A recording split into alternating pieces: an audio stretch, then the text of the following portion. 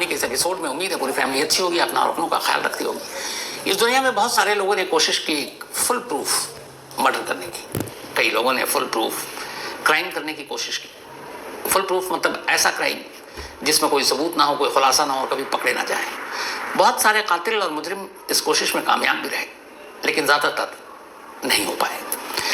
आज की कहानी एक ऐसे स्टूडेंट की है जो पीएचडी कर रहा था, गोल्ड मेडलिस्ट, पूरा एकेडमिक करियर शानदार, बेहतरीन, तेज दिमाग, पढ़ने में लाजवाब, और उसे कत्ल करना था।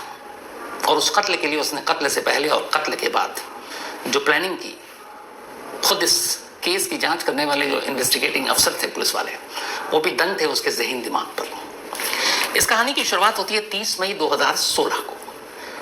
30 मई 2016 को कर्नाटक के हुबली इलाके में एक खेत में एक लाश मिलती है। कुछ किसान उस रास्ते से गुजर रहे थे। खेत के बीच में कुछ कच्चे रास्ते थे जहाँ से अमूमन लोग कम गुजरते थे, और उस वक्त कुछ बारिश भी हुई थी तो उधर से कम जा रहे थे। लेकिन एक रोज एक किसान गुजरा और उसने देखा कि एक लाश जो बुरी तरह खराब हो चुकी है, आधी जमीन के अंदर आधी बाहर। उसने फौरन पुलिस को खबर दी। पुलिस मौके पर पहुंचती है। लाश की हालत सचमुच खराब थी, कपड़े भी गल चुके थे। लेकिन हैरत की बात यह थी कि उस लाश के गले में एक सोने का चेन था जिसपे एक लॉकेट था। उस लॉकेट पे डबल ए लिखा हुआ था। इसके अलावा और कोई प्रूफ नहीं, कोई सबूत नहीं, आसपास कोई फोन नहीं मिला। पुलिस ने लाश को कब्जे में लिया, मॉर्चरी भेज दिया। इन्वेस्टिगेशन शुरू हुई। वक्त बीतता रहा, कोई क्लू नहीं मिला। आसपास के जितने पुलिस स्टेशन, सब जगह मिसिंग कोई ऐसे ही रिपोर्ट दर्ज हुई है, उसको भी खंगाला गया, लेकिन कोई फायदा नहीं। पुलिस बिल्कुल अंधेरे में। लाश किसकी है, मरने वाला है, मरने वाली कौन है, क्योंकि उसको देखकर ये रिपोर्ट से पता चल गया कि ये किसी फीमेल की लाश है जिसकी उम्र करीब 20 से 25 साल के दरमियान है। अब पुलिस हर तरफ से कोशिश कर रही है, लेकिन कोई फायदा नहीं, कोई सुराग नहीं। 30 मई को ये लाश मिली थी, उसके बाद जून, जुलाई, अगस्त, सितंबर 4 महीने बीत गए, कुछ फायदा नहीं। तभी अक्टूबर का महीना आता है और 24 अक्टूबर को एक शख्स जिनका नाम गिरिधर, वो पुलिस स्टेशन पहुंचते हैं और कहते हैं कि उनकी बेटी लास्ट 29 अक्टूबर 2014 से गायब है, 29 अक्टूबर 2014। लेकिन कोई फायदा नहीं हुआ। कोई ऐसे नंबर जिस पर कुछ डाउट हो, कोई कामयाबी नहीं। पुलिस तफ्तीश करती रही, हाथ अब भी कुछ नहीं लगा है। इसी बीच में होता यह है कि 2015 में एक कत्ल होता है MM कलबुर्गी। ये बहुत ही मशहूर केस था, वाइस चांसलर कन्नड़ यूनिवर्सिटी के हम्पी, इनका कत्ल हो गया था, MM कलबुर्गी का। ये मामला बड़ा पॉलिटिकल इशू हो गया, तो ज़्यादातर पुलिस फोर्स इस केस को सुलझाने में लग गई। अब इस केस के चक्कर में, क्योंकि बेंगलुरु और ये सारी जो अर्पिता का केस था वो हाशिए पे चला गया, एक लंबा वक्त लगा कलबुर्गी साहब के कत्ल के केस को सुलझाने में। अर्पिता का केस ठंडे बस्ते में रहा। फिर वो केस शांत हुआ तो पुलिस दोबारा से इस केस की तफ्तीश में जुटती है। 30 अगस्त 2015 को उनके कत्ल हुआ था कलबुर्गी साहब को, तो उसमें ये जांच चल रही थी। अब पुलिस फिर से जांच करती है, खंगालती है, कॉल डिटेल रिकॉर्ड, इतने लोगों से पूछताछ हुई, कोई फायदा नहीं। फिर एक एक करके सारे दोस्तों से पूछताछ होती है। इन्हीं दोस्तों से पूछताछ के दौरान जब बातचीत हुई तो कॉल डिटेल रिकॉर्ड और के हिसाब से और पुराने दोस्तों के हिसाब से जो लिस्ट निकाली पुलिस ने, तय किया कि एक एक दोस्त से बात करेंगे। उनमें से एक दोस्त का नाम आया अरुण। अभी अरुण नाम का जो दोस्त था, इसके नंबर कॉल डिटेल रिकॉर्ड में भी थे अर्पिता के। पर अरुण हुबली में नहीं बल्कि बेंगलुरु में पढ़ रहा था, और वो उस वक्त पीएचडी कर रहा था। ग्रेजुएशन में कभी अरुण और अर्पिता एक साथ पढ़ा करते थे एग्रीकल्चर यूनिवर्सिटी में, लेकिन फिर बाद में वो कॉलेज से निकल गया और अर्पिता शायद फेल कर गई, तो वो थोड़ा पीछे रह गई। उसके बाद उसने अपनी पढ़ाई जारी रखी। तो धीरे धीरे दोनों में थोड़ी सी दूरी भी आई, क्योंकि शहर बदल गया, लेकिन फ़ोन पे बातचीत होती रहती थी। तो उसी फ़ोन से और दोस्तों से अरुण की भी सच्चाई सामने आई। पुलिस ने अरुण से पूछताछ की। अरुण से कुल 4 बार पुलिस ने पूछताछ की। 4 बार जब पूछताछ की तो अरुण का जवाब हमेशा यही था कि वो और अर्पिता एक अच्छे दोस्त थे। शुरुआत में एक कॉलेज में थे, लेकिन फिर कॉलेज बदल गया। मैं निकल आया बेंगलुरु, रह गई हुबली में, पर हमारे बीच सिर्फ दोस्ती थी, कोई ऐसा इश्क मोहब्बत की बात नहीं थी।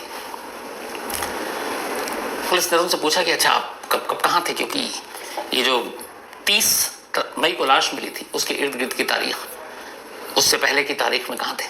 तो उसने कहा कि मैं बेंगलुरु में अपने रेंट के रूम में था जहाँ मैं पढ़ाई करके रहता हूँ, और दिन में कॉलेज में था। अब पुलिस ने चेक किया तो पता चला कि वाकई जिस दिन की बात हो रही है वो उस दिन कॉलेज में था, अटेंडेंस लगा हुआ है, और उसके मोबाइल का लोकेशन भी बेंगलुरु में था। 4 बार पूछताछ, उसने सारे सवालों के जवाब, और लगभग हर बार सवालों के जवाब एक ही तरह से वो देता रहा। अब धीरे धीरे वो शक के आधार से गायब हो गया, लेकिन इधर अर्पिता का कोई कातिल नहीं मिल रहा है। पुलिस परेशान, सारे घोड़े खोल दिए, कोई सुराग नहीं। इधर उधर फात मारती रही पुलिस। फिर अफसर भी चेंज हुए।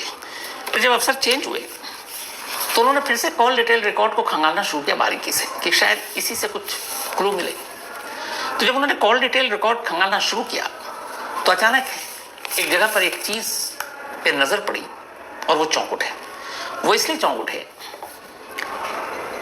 कि अर्पिता जब गायब हुई थी, उस गायब होने से 2 दिन पहले तक अर्पिता के मोबाइल पर एक भी कॉल अरुण का नहीं था। बल्कि अर्पिता ने उसको कॉल किया, अरुण ने कॉल नहीं उठाया। अर्पिता ने उसको मैसेज किया, उसने मैसेज के रिप्लाई नहीं किया। ये अर्पिता की गुमशुदगी से 2 दिन पहले और जिस दिन अर्पिता की लाश वहां डंप की गई उस दिन की बात है। उससे पहले की जो पूरी हिस्ट्री बता रही थी कॉल डिटेल रिकॉर्ड की, वो ये बता रही थी कि जब जब अर्पिता ने कॉल किया, अरुण ने एक बार में कॉल उठाया, लंबी बात की, वापस अरुण ने भी कॉल किया। अर्पिता ने जब जब मैसेजेस किए, उसने फौरन मैसेजेस के रिप्लाई किए।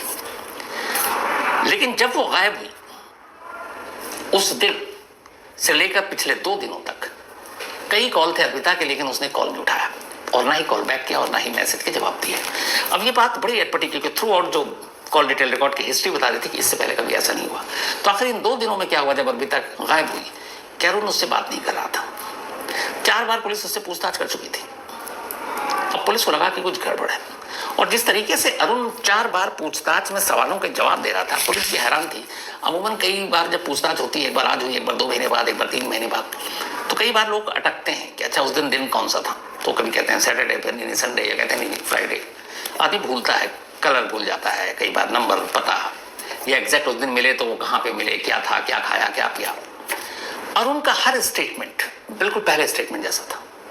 वो जब जो कहता उसी चीज को वो 4 बार जब पूछताछ हुई एक एक चीज रिपीट करता। मतलब उसके स्टेटमेंट में कहीं भी एक भी चीज मिसमैच नहीं थी बाकी के स्टेटमेंट से।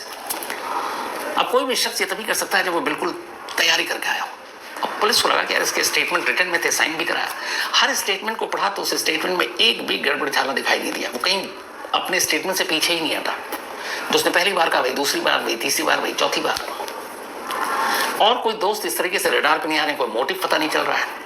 लेकिन कॉल डिटेल रिकॉर्ड जब अर्पिता गायब हुई उस दिन, उससे 2 दिन पहले एक बार भी बात नहीं। और सबसे अजीब बात यह कि अर्पिता के कॉल का रिप्लाई न करना और मैसेज का जवाब नहीं देना, ये पिछले के हिस्ट्री से बिल्कुल अलग था। तो इन 2 दिनों में ऐसा क्या हुआ? अब पुलिस को डाउट हुआ, 4 बार पूछताछ कर चुकी थी और पुलिस इतने अब अरुण को खामोशी से एक तरह से नजर रख रही है, उसके बारे में खंगाल रही है। पता चला कि उसके फादर वहां के गवर्नमेंट कॉलेज के प्रिंसिपल हैं, एक भाई आर्मी में, पूरा घर पढ़ने लिखने वाला, और ये खुद brilliant student, gold medallist, PhD कर रहा है और 23 तगार स्टूडेंट, इसका एकेडमिक रिकॉर्ड इतना शानदार, और वो सच में सिर्फ पढ़ाई में ही रहता था। लेकिन ये 2 दिन का गैप कॉल और मैसेज का पुलिस को खटक रहा था। पुलिस ने कहा कि अगर फिर से अरुण को ये हुआ तय कि बुलाकर पूछताछ करते हैं, उन्होंने कहा ये जितना ब्रिलियंट है फिर पुलिस को घुमाएगा, तो क्या किया जाए।